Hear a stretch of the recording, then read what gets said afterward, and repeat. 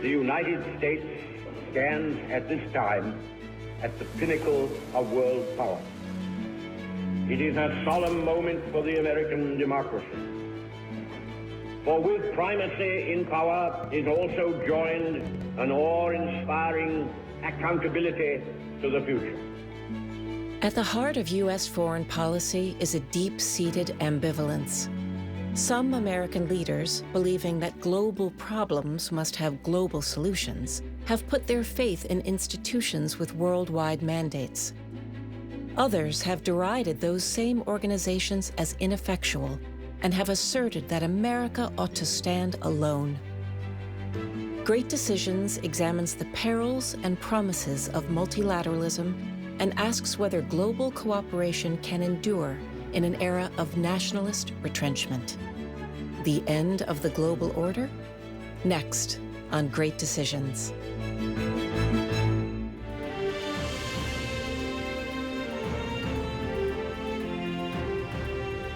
Great Decisions is produced by the Foreign Policy Association in association with Thomson Reuters. Funding for Great Decisions is provided by the Herford Foundation, PricewaterhouseCoopers LLP, and the Nelson B. Delavan Foundation.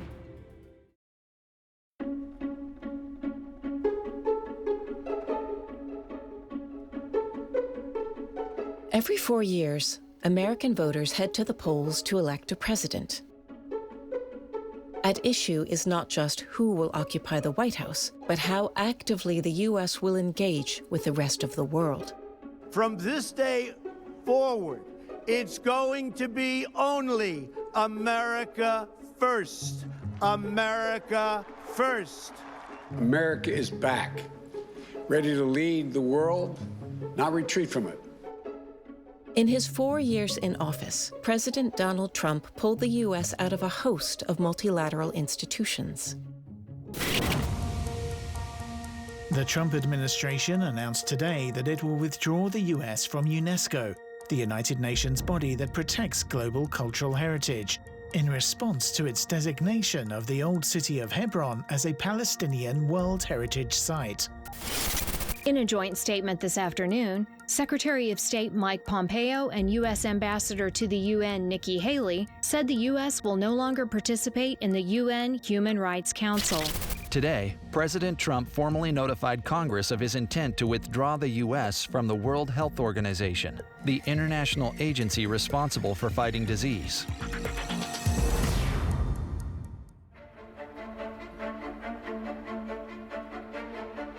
One of the things that the United States is we're still the biggest player on the block. Now, we shouldn't yield to the second biggest or the third biggest or worse. We need to pick our alliances carefully, make sure that there are enough shared values that we can feel comfortable with that partnership. The United States stepping back from that position of international leadership loses U.S. influence. If we leave the table, there are other countries who are quite happy to take our seat.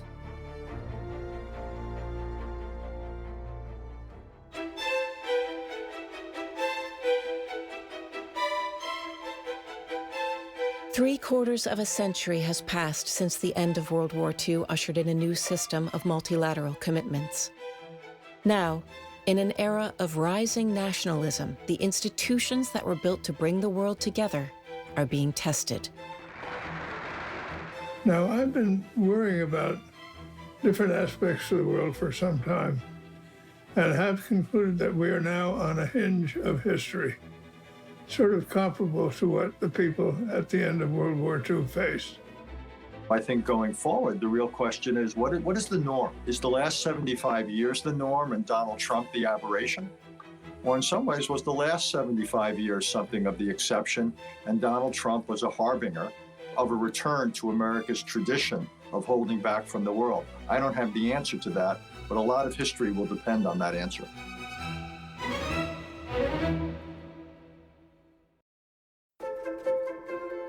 Today, the General Assembly will take up sub-item E of Agenda Item 105 of the election of 14 members of the Human Rights Council.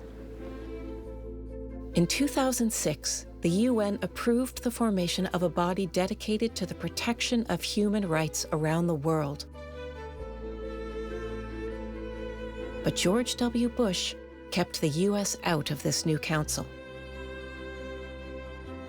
The idea was that it had become so dominated by anti-human rights members that it was nowhere close to fulfilling its mission. It was clear that it would only be a matter of time before the new Human Rights Council would have the same defects as its predecessor. And that's exactly what happened.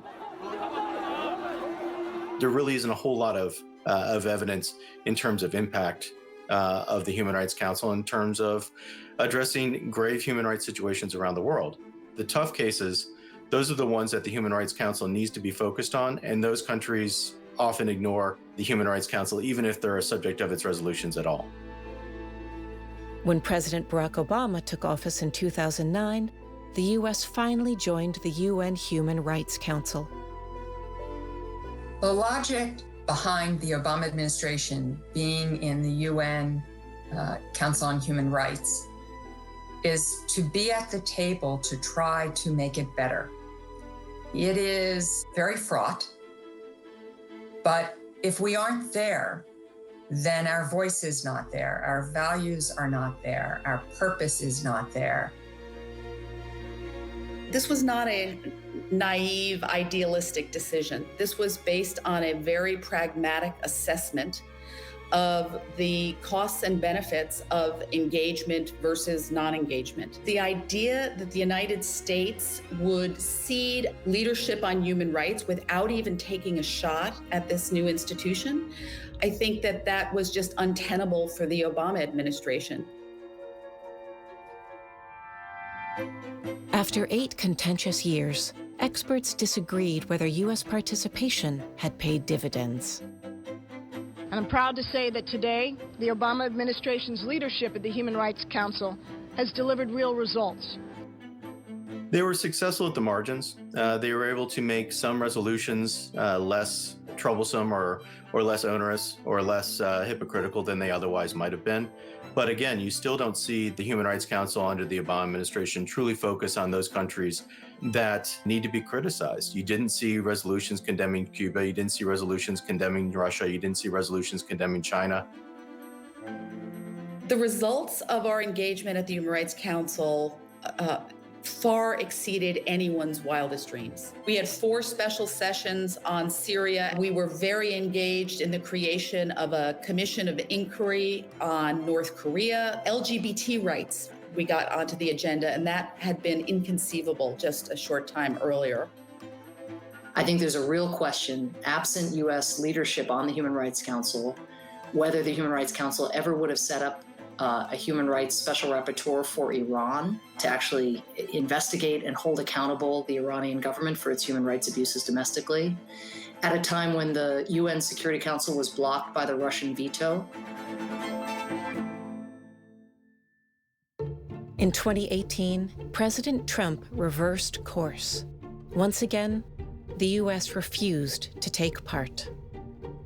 When I arrived, and still today, its members included some of the worst human rights violators. The dictatorships of Cuba, China, and Venezuela all have seats on the council. Another criticism that the Trump administration made of the Human Rights Council is that it is biased against Israel. And that is evidently true. If you take a look at the number of condemnatory resolutions passed by the Human Rights Council, nearly half of them are focused on Israel. To think that Israel is the source of half of the world's human rights problems is simply ridiculous. China has never been criticized or been the subject of a condemnatory resolution by the Human Rights Council. I think taking human rights seriously is important. You don't have to do that through a council that's 2 principal targets are Israel and the United States. I'm not saying the U.S. has a perfect record on human rights, but we're a democracy. I mean, we're presumably capable of correcting these problems ourselves. We don't need a nanny in Geneva lecturing us. The way the UN Human Rights Council is evolved is a travesty.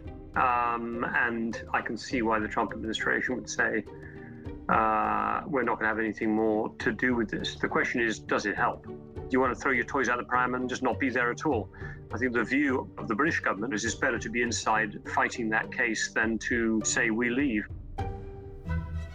With the U.S. on the sidelines, China worked tirelessly to expand its influence within the UN Human Rights Council. Those efforts secured international support for controversial policies in Xinjiang and Hong Kong.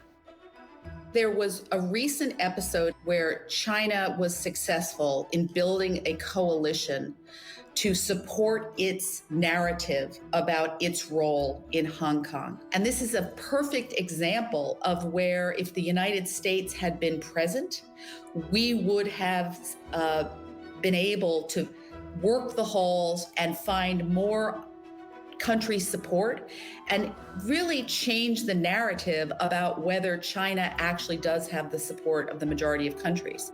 What we've seen in recent years is China increasingly using its vast economic leverage to try to bring countries to its side within the UN. It's not facing much competition. It's incumbent on liberal democratic nations that believe in human rights to mobilize coalitions of countries so that China can't just waltz into the United Nations, mobilize its coalition, and then go uncontested. American policymakers who hope to challenge China's global ambitions must determine whether to work inside or outside of existing institutions. The universal principle, I believe, is this. If America unilaterally withdraws from the UN and multilateral institutions, it simply creates a bigger slice for major non-democracies like China to exercise even greater influence in the future. Far better the United States remains in and prosecutes in each of these agencies a general reform program to make them as effective and as efficient as possible. Multilateral organizations are always going to have a hard time agreeing on certain principles because you have this diversity of cultures and values and forms of government. I mean, you know, on the one hand, you have China, which has an emperor for life, and then you have the United States, which is laissez-faire. And when you have those extremes and then all the diversity in between, it's always going to be difficult, which is why multinationals are always frustrating to Americans. We have dozens of countries around the world who are at least open to and prepared to work with us. China does not have that for the most part. So I don't look at these institutions as somehow biased against the United States, and even in those occasions where they might be. That to me is a challenge for foreign policy. How within them do we build coalitions? That's why God invented diplomats.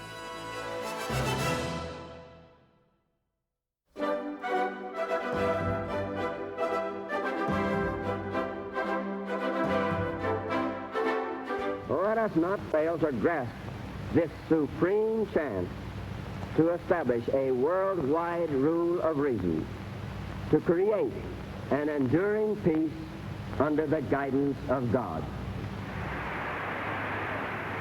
Today, the allied world salutes these representatives of 50 nations. They have made a beginning, a brave beginning that can build a mighty structure for peace.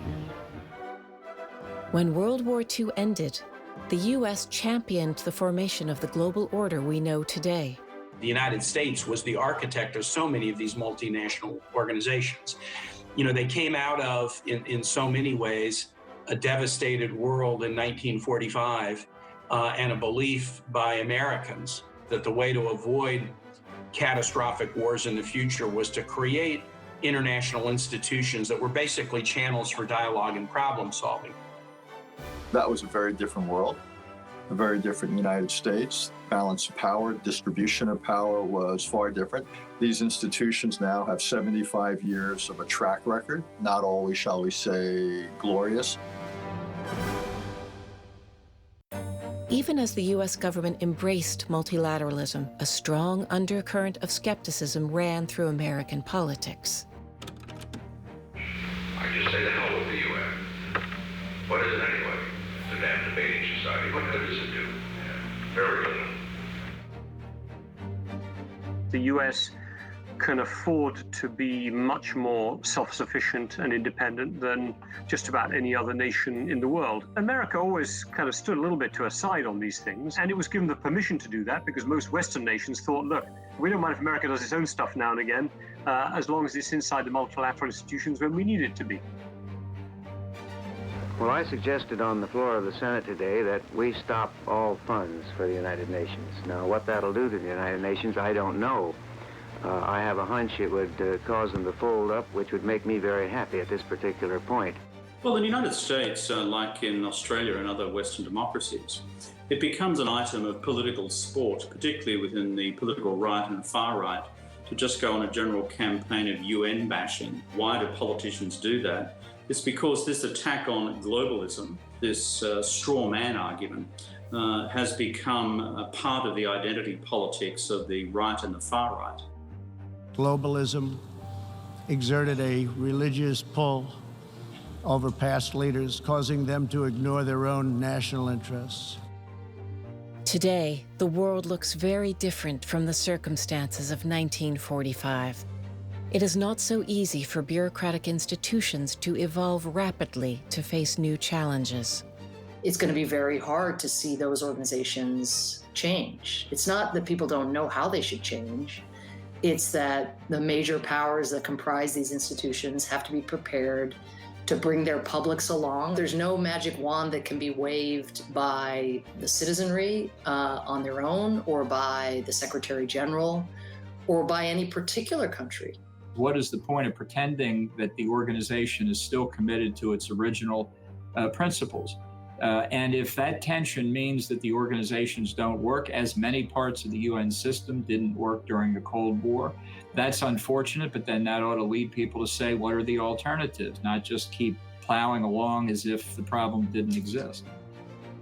You have seen over the history of the UN a surprising degree of innovation in looking at new ways to solve problems as they confront them. Something like peacekeeping was not in the UN Charter. The UN invented it when they had to in the middle of the Suez Crisis in 1956. So there are all kinds of ways that the UN, working with partners, needs to look at solutions in innovative ways. When organizations depend on consensus, a member state that refuses to live up to its commitments can spark frustration and recrimination. In the early days of the WTO, we tried to operate fully by consensus. We're now at 164 members, and deciding every single thing by consensus has become unmanageable. So what members are doing, they are figuring out how to advance the most sensitive issues. Flexibility is the only way, I think, the WTO can continue to upgrade itself in a progressive and quick enough manner.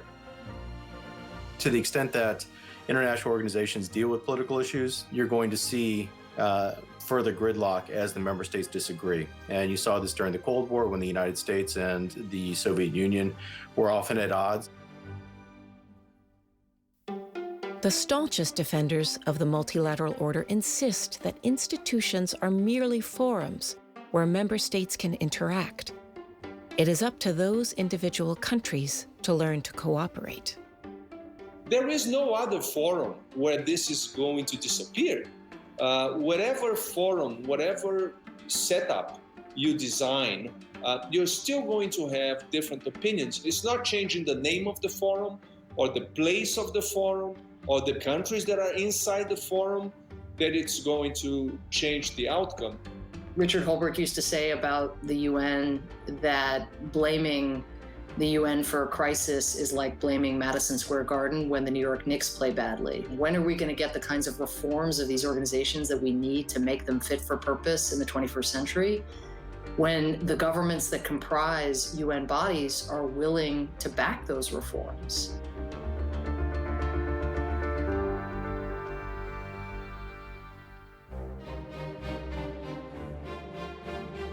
Throughout American history, policymakers have feared that the empowering of international institutions might impinge on national sovereignty.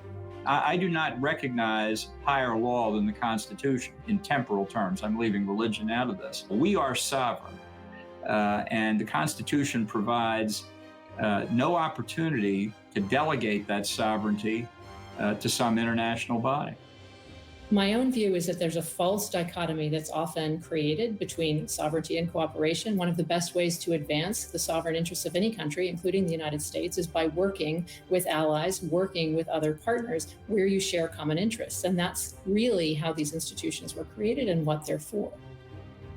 Today, politicians who worry about the loss of sovereignty have mounted fierce opposition to American participation in the International Criminal Court, a tribunal founded in 2002 to prosecute individuals for crimes against humanity. I've said before, the happiest day of my entire government career was the day that I unsigned the Clinton administration's signature on the Rome Statute creating the ICC. I think it's a thoroughly illegitimate institution. We don't recognize any international authority to judge American citizens. We judge American citizens. I received word this morning that the ICC Appeals Chamber authorized an investigation into the activities of the Taliban and U.S. and Afghan personnel there. This is a truly breathtaking action by an unaccountable political institution masquerading as a legal body. Our nation and this administration will not allow American citizens who have served our country to be subjected to illegitimate investigations. There are, I think, real and legitimate concerns about the International Criminal Court and about its jurisdiction and how it could be used to affect American diplomats, American servicemen. And the ICC was not designed for situations where a country had a robust legal system. Those who champion global institutions face an urgent question: how to present an effective case for multilateralism to skeptical voters. The key challenge for any national political leadership is on matters of global governance to explain to their domestic political constituencies our membership of these international institutions, primarily in terms of their ability to advance our domestic national interests. And then you argue, and by the way, it helps the world as well. The challenge with a narrow form of nationalism, a kind of insularity of worldview that leads you to believe that you can close your borders and solve your problems, is that the facts are not going to respect that ideology or that way of governing. We're not going to set back the clock, right? You're not going to see the end of global air travel or the end of global commerce. The good news is, compared to 1945, we've got democracies on every continent. We have nations that are moving more and more toward respect of democratic values. But we also have democracies that are stressed. The authoritarian nations in the world moved into a new chapter of trying to promote the idea that authoritarian governance models are the right ones for the 21st century. I think we have to rebut that critique, not just by trying to be a strong democracy in the United States, but by pulling democracies of the world together. Those non-Americans who have observed the shifting attitudes of the U.S. government most closely are optimistic that multilateral organizations can function effectively even without U.S. participation. I watched very carefully the World Health Assembly, which is the highest decision-making body of the WHO. The European Union was the one that was stepping forward and proposing, really sort of drafting all of the key decisions. That's a role that historically I think the United States often had, but with the US absent, it was Europe that was able to bridge the different gaps. I call for like-minded countries in Europe, in Asia, and in the Americas to triage the institutions of multilateral governance until we re-establish a level of geopolitical equilibrium between China and the United States. The ball, I think, well and truly lies in the court of an incoming Biden administration. I do think this is the last chance saloon for American global leadership. It may be that we'll look back again at this and say the idea that you need a country to lead us out of a crisis is a very 20th century notion, and that leadership has become much more fragmented, diverse, as has power, and therefore we shouldn't be expecting America or any country to come up and lead. Since 1945, the world has learned that multilateralism is messy, tedious, frustrating, and imperfect. Partnerships form and dissolve, and institutions come and go. But at a time when emerging threats can so easily cross borders, the nations of the world have little choice but to find some way to work together.